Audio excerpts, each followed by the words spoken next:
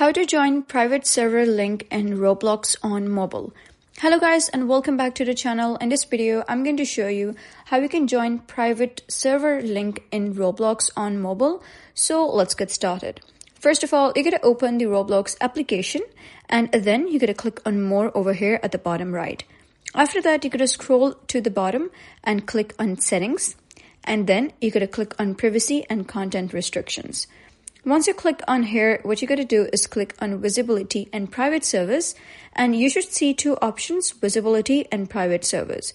You're going to head over, click on private service, and then you'll be able to see a list of this. A private server is Roblox experience with limits on who can join.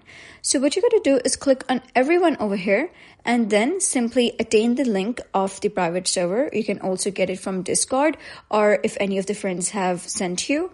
Then what you're going to do is open your Notes application and paste that link over here. Once done, you can simply click on that link and then you'll be redirected to your Roblox account within that private server. So that is basically how you can join private server link in Roblox on mobile. So if you found this guide helpful, give it a thumbs up and don't forget to subscribe for more helpful tutorials. I'll see you in the next video.